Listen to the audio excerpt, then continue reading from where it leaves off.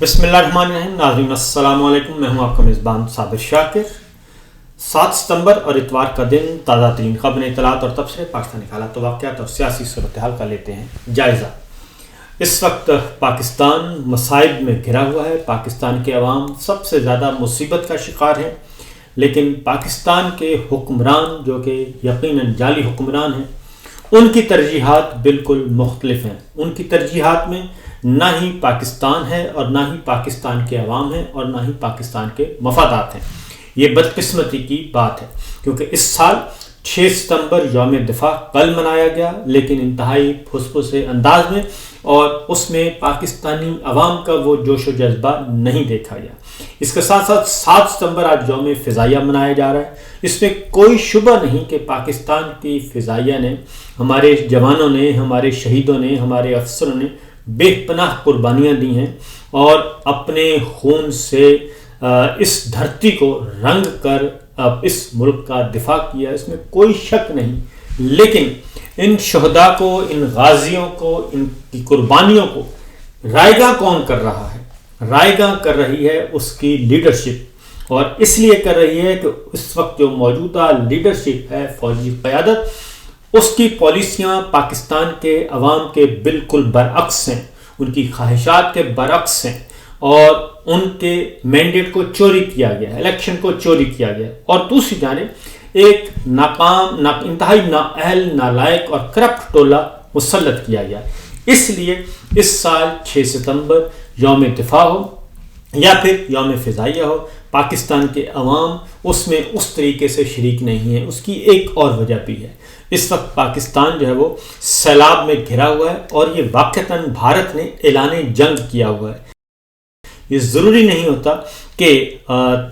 طیارے آئیں اور دھماکے کریں اور بمباری کریں اور اس طریقے سے، لیکن اس وقت پاکستان کے خلاف سب سے بڑا ہتھیار جو ہے وہ پانی کو استعمال کر رہا ہے، اور ہمارا دشمن کر رہا ہے. پہلے اس نے سندھ طاس معاہدہ معطل کیا، پانی کو روکا، اور اب وہ پانی چھوڑ کر مسلسل حملہ آور ہو رہا ہے. اب میں آپ کے سامنے کچھ اعداد و شمار رکھتا ہوں جو کہ اس وقت سچویشن ہے، کیونکہ پاکستان میں اس وقت صرف ایمرجنسی نہیں بلکہ بدترین حالات ہیں. لیکن چونکہ سرکاری سچ اور سرکاری جھوٹ کے علاوہ آپ کچھ بیان نہیں کر سکتے، اس لیے آپ کو ٹاک شوز میں بھی وہ چیزیں نظر نہیں آ رہی، وہ ڈیزاسٹر نظر نہیں آ رہا، وہ تباہیاں نظر نہیں آ رہی جو کہ آنی چاہیے. اس کی وجہ یہ ہے کہ حکومت کی ناکامی اور نااہلی کے پول کھل رہے ہیں. اور صورتحال یہ ہے کہ اس وقت بھی یہ طویل ترین سیلابی ریلیں ہیں جو کہ پاکستان میں تباہی پھیلا رہے ہیں، اور مزید بھارت نے پانی چھوڑ دیا ہے. جو میرے سامنے ڈیٹیلز ہیں، گنڈا سنگھ والا، سلیمان کی، مرالا، خان کی ہیڈ، قادر آباد اور ہیڈ تریمو، اور اس کے ساتھ ساتھ دیگر مقامات ہیں، جسڑ ہے اور شاہدرہ ہے اور بلو کی ہے، ہیڈ سدھنائی ہے. تمام مقامات پر کوئی ایسا ہیڈ ورک نہیں ایسا جہاں پہ اونچے درجے کا سیلاب نہ ہو،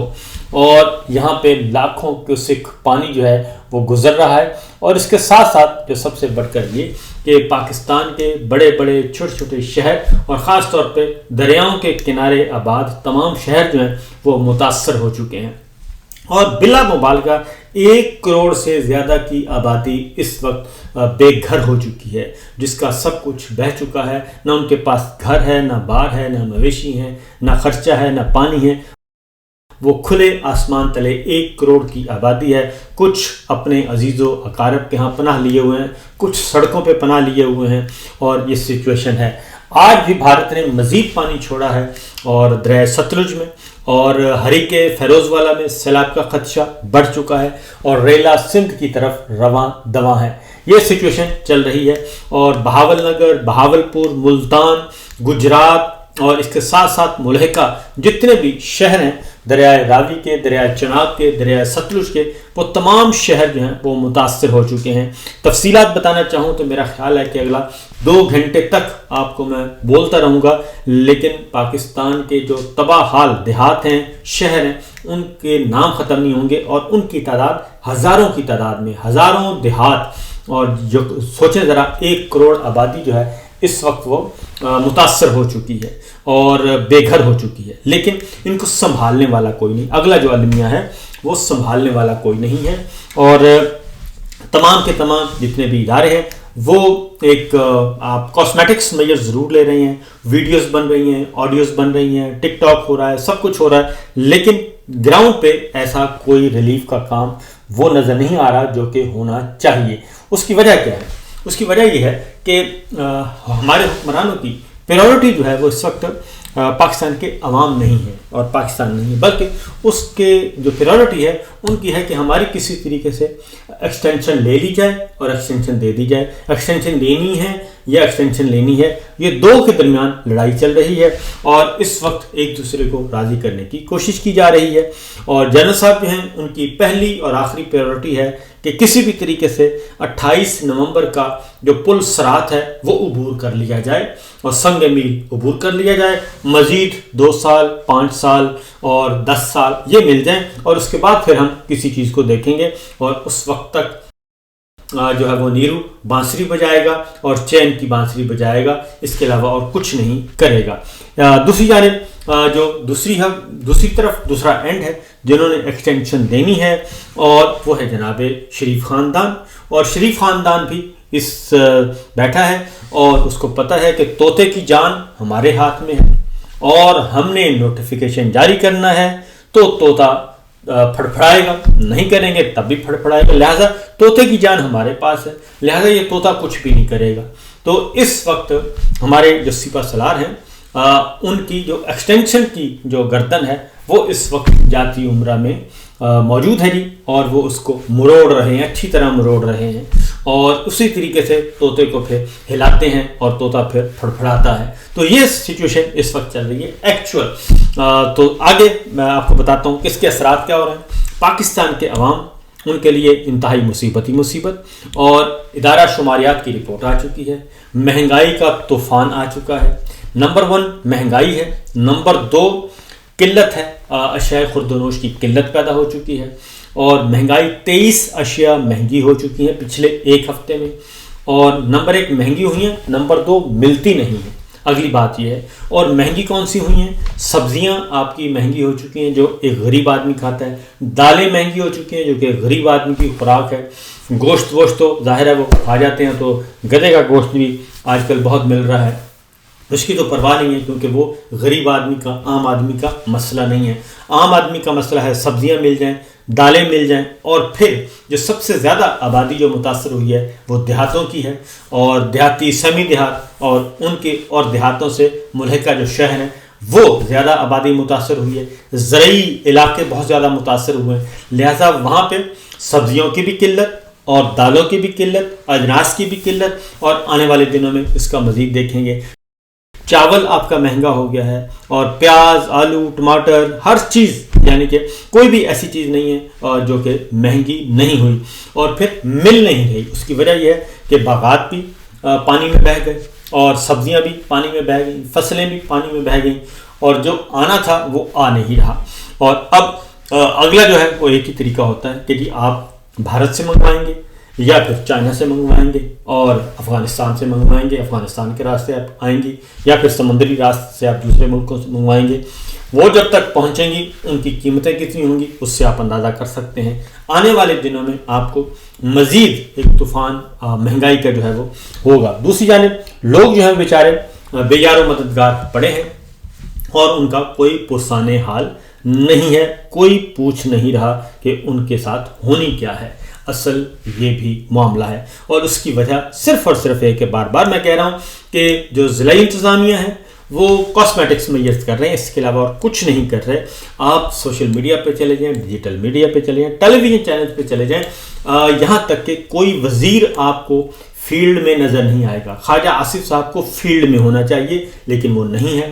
طلال چودھری صاحب کو فیلڈ میں ہونا چاہیے، وہ نہیں ہے، رانا ثناءاللہ صاحب کو فیلڈ میں ہونا چاہیے، نہیں ہے، سیلاب سے متاثرین رانا تنویر صاحب کو فیلڈ میں ہونا چاہیے، نہیں ہے، وفاقی وزراء فیلڈ میں نہیں ہیں، متاثرین کے پاس نہیں ہے، بلکہ وہ اپنے بیٹھے ہیں، اور ان کے صرف ایک ہی ہے، اور وہ ہے ہائیبرڈ نظام کی تعریف کی جائے، اور کمال کر دیا ہائیبرڈ نظام نے، خوشنودی حاصل کی جائے جنرل صاحب کی، خوشنودی حاصل کی جائے اور مستقل طور پہ اور تعریف کی جائے، خوشامد کی جائے، یہ سب کچھ کیا جا رہا ہے۔ تمام وزراء اس وقت اسی پہ لگے، آدھے وزراء ہائبرڈ نظام کی تعریف کر رہے ہیں، آدھے وزراء جو ہیں وہ اس سے قنی کترا رہے ہیں۔ یہ سچویشن اس وقت چل رہی ہے۔ اور اسی کے ساتھ ساتھ اگلی جو خبر ہے وہ یہ ہے کہ ان حالات میں کیونکہ ہائبرڈ اور پلس ہائبرڈ نظام چل رہا ہے، امریکہ سے امداد آتی ہے، ایک جہاز اترتا ہے اور وہ خودہ نور خان ایئر بیس یا ایئرپورٹ پہ، اسلام آباد ایئرپورٹ پہ جہاں بھی اترا، اور اس کے بعد یہ ہمارے سامنے موجود ہے جی راول پنڈی میں یہ ایک اترا ہے، ایک امریکن فوجی جہاز اترا اور اس میں فلڈ افیکٹڈ لوگوں کے لیے امداد آئی گی، اور ٹوٹل 6 فلائٹس جو ہیں وہ آ رہی ہیں جی اور پاکستان میں پہنچی ہیں، شیڈولڈ ہیں، یعنی کہ پاکستان میں پہنچنی ہے 6 فلائٹ، ان میں سے ایک آ گئی، اور اس میں آپ تصاویر بھی دیکھ رہے ہوں گے، اور اس میں جو چیزیں ریسیو کرنے والے، جو دینے والے ہیں وہ بھی امریکہ کے فوجی حکام ہیں، اور جو وصول کرنے والے ہیں وہ بھی ہمارے فوجی حکام ہیں۔ امریکہ کی سفیر سادہ کپڑوں میں نظر آ رہی ہیں، 4 ڈی افیئرس قائم مقام ایمبیسڈر ہیں وہ نظر آ رہے ہیں، اور یا پھر وہاں پہ ہمارے فوجی بھائی جو ہیں، فوجی افسران وہ نظر آ رہے ہیں۔ تو امریکہ بھی جو امداد دے رہا ہے وہ بھی راول پنڈی کے ذریعے دے رہا ہے، فوجی حکمرانوں کو دے رہا ہے، اور اس کو بھی پتہ ہے کہ جو اس وقت اصل حکمران ہیں وہ جنرل عاصم منیر صاحب ہی ہیں، لہٰذا انہی کو خوش کیا جائے اور انہی کو راضی کیا جائے، انہی کے حوالے امداد کی جائے، وہ جانیں اور ان کا جانے کام۔ اور شہباز شریف صاحب وہاں پہ موجود نہیں ہیں، وزیر خارجہ موجود نہیں ہیں، وزیر دفاع موجود نہیں ہیں، وزیر دفاع داخلہ موجود نہیں ہیں، کوئی سول افسر موجود نہیں ہیں۔ یہ ایک شرمناک بات ہے کہ جو امداد بھی آ رہی ہے وہ بھی فوج کو دے رہی ہے، امریکی فوجی حکام پاکستانی فوجی حکام کے حوالے کر رہے ہیں، وہ ان کو اس قابل بھی نہیں سمجھتے کہ جو امداد ہے وہی کم از کم ان کے حوالے کر دی جائے۔ دوسری جانب جناب عمران خان صاحب کسی بھی صورت میں پیچھے ہٹنے کے لیے تیار نہیں ہیں، اور انہوں نے اسٹیبلشمنٹ کے 1 نہیں 2 نہیں 10 نہیں پورے کے پورے 20 کھلاڑیوں کو فارغ کر دیا ہے، 20 کھلاڑیوں کو اسٹیبلشمنٹ کے اٹھا کے باہر پھینک دیا ہے، اور اس میں Pakistan Tehreek Insaf P T I Gilgit Baltistan کے وزیر اعلیٰ حاجی گلبر خان جو کہ پاکستان تحریک انصاف کے تھے ان کو فارغ کر دیا، 10 اراکین جو گلگت بلتستان اسمبلی کے تھے جن میں 9 وزراء تھے ان کو فارغ کر دیا، اور اسی طریقے سے ارکان پارلیمان کو جو گلگت بلتستان کی اسمبلی کے ارکان تھے ان کو فارغ کر دیا، اور ان سب کو انہوں نے پاکستان تحریک انصاف سے نکال دیا ہے۔ اور پی ٹی آئی نے سابق گورنر جی بی اور P T I Gilgit Baltistan کے صدر راجہ جلال حسین مقبول کی بنیادی رکنیت بھی معطل کر دی، اور جن پر پارٹی کے خلاف سازش کا الزام تھا۔ اور اسی طریقے سے پی ٹی آئی کے مرکزی additional secretary general Firdous Shamim Naqvi کی جانب سے یہ نوٹیفیکیشن جاری کیا گیا، اور اس میں وزیر اعلیٰ گلگت بلتستان حاجی گلبر خان، ان کی کابینہ کے ارکان یعنی کہ وزراء راجہ اعظم، راجہ ناصر، سید امجد زیدی، دلشاد بانو، ثریا زمان، حاجی شاہ بیگ اور مشتاق احمد، شمس لون، عبدالحمید اور رکن اسمبلی مولانا فضل الرحیم شامل ہیں، ان کو بنیادی رکنیت فارغ کر دی اور ان کو اٹھا کر پھینک دیا، اور نوٹیفیکیشن میں یہ کہا گیا ہے کہ یہ فیصلہ پارٹی پالیسی اور قواعد کے مطابق کیا گیا ہے۔ تو یہ اعلان کیا گیا کہ آج کے بعد یہ پاکستان تحریک انصاف کا نام استعمال نہیں کریں گے۔ اس طریقے سے اسے عمران خان کہتے ہیں جو کہ جیل میں بھی ہے، اور ان کے کھلاڑیوں کو توڑا جا رہا ہے، خریدا جا رہا ہے، دھمکایا جا رہا ہے، لیکن اس سے اس کی کوئی پرواہ نہیں ہے، اور وہ مسلسل موو فارورڈ اور ایسے لوٹوں کو باہر اٹھا کر پھینک رہا ہے۔ تو یہ ہے سچویشن، یہ ہے صورتحال۔ باقی خبریں انشاءاللہ اگلے ولاگ میں۔ اجازت دیجیے، اللہ حافظ۔